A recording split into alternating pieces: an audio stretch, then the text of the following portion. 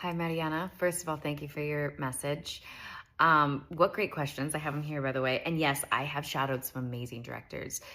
Debbie Allen, Paris Barclay, Tessa Blake, like Alison Liddy Brown and Mary Lou Belli and Bethany Rooney, like all the directors I've learned so much from. I think what's amazing is I've learned that there's no right way to direct. There's no one way to direct, and everyone has their own way of doing things and everyone has their own style. And that gives me a lot of freedom because it doesn't feel like you have to, there's certain things you have to follow, like obviously the structure of how a show is shot and things like that, but really everyone brings their own way of doing things. And I've been able to kind of sit there and watch everyone's version of how they do things and kind of go, oh, I like that. Oh, I would do things like that. Oh, I'm more type A, so that works for me. Like writing everything down, like that makes more sense. I can't be more on the fly, but I need to be open to being on the fly. So I would say some of the things I learned, like, Debbie Allen really taught me that every shot is a close-up. And what she meant by that is that everything in that frame matters. So she really looks at it as like almost like a painting or because of choreography, like a dance.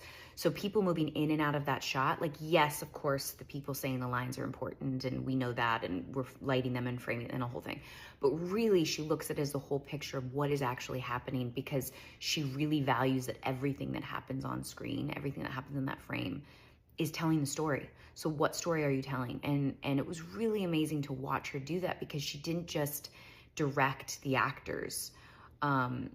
She directed she directed everybody. It was a dance, for lack of better way of explaining that.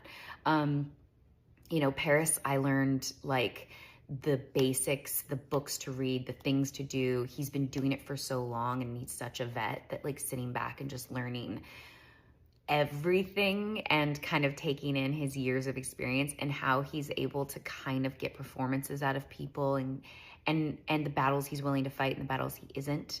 I can't remember what director told me this because I thought it was Peter Page, but then Peter Page said it wasn't him, but that not every scenes are, if you go on a scale of 1 to 5, some scenes are a 1 and some scenes are a 5. And that doesn't diminish their importance, but sometimes, like I remember when I was directing my episode, there was a scene that I was like, I don't love it.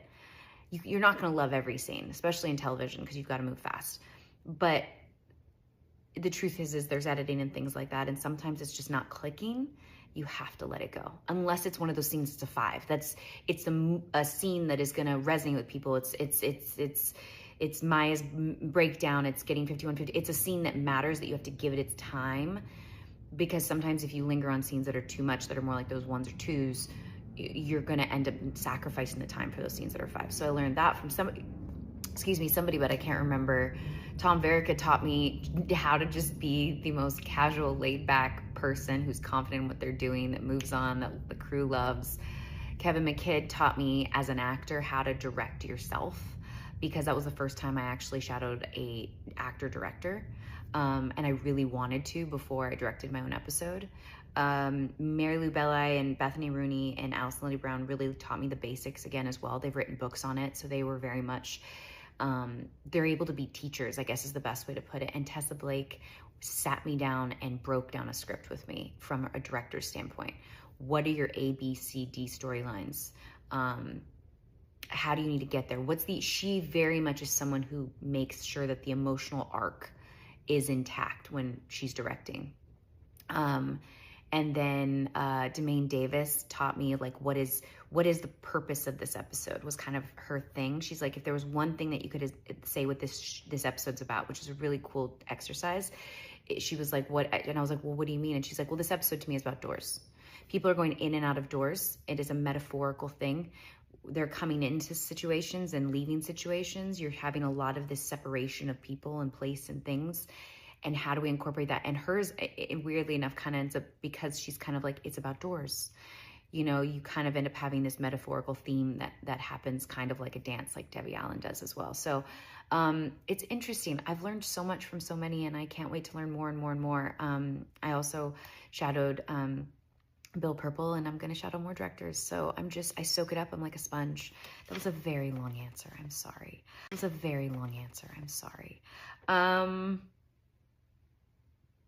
Hold on.